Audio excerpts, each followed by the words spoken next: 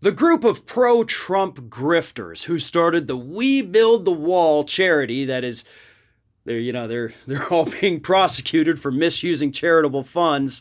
They admitted recently that we got no money to pay our lawyers.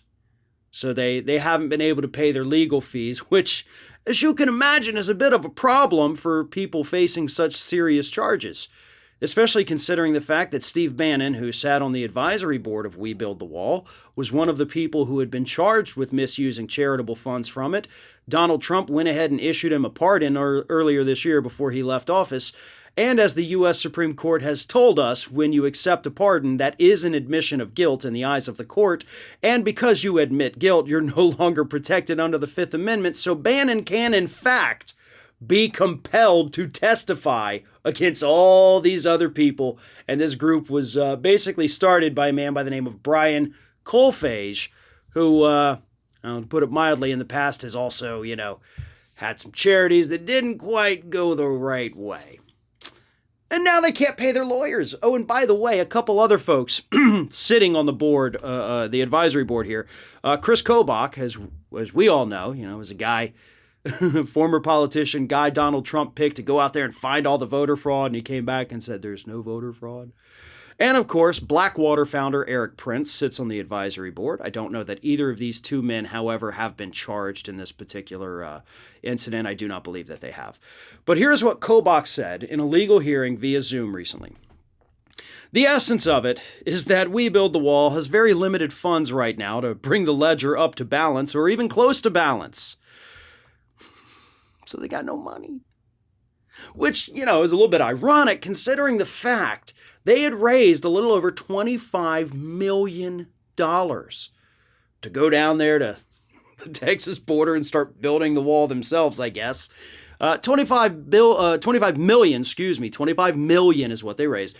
25 million's a heck of a lot of money.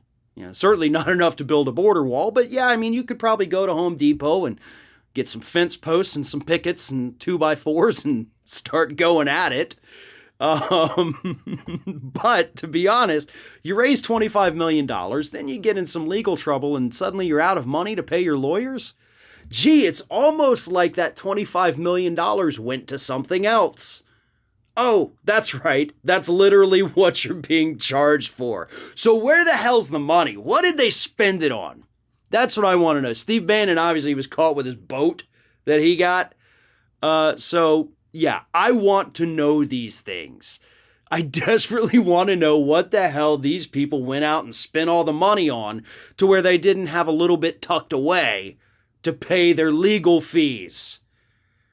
I have no doubt that the people that have been charged in this now are going to jail. And again, a lot of that hinges just upon Steve Bannon no longer having Fifth Amendment protections.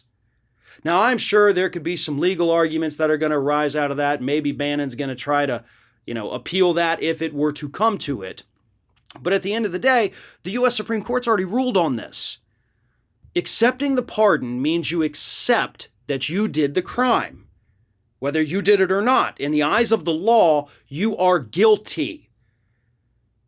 So that's not going to look too good for your other defendants who, by the way, didn't get pardons.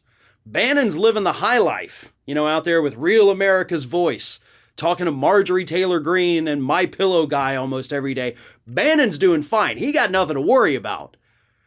But everybody else that was in cahoots with him, not only are they in serious trouble, but now you got to find a way to raise money to pay for your legal fees, which is probably going to be hard because I imagine people would be reluctant to donate to you considering how you misused the funds in the first place, which again is what puts you in this position. I have no sympathy for these individuals. They jumped on the grifting bandwagon that Donald Trump rolled into town, and now they're facing the consequences.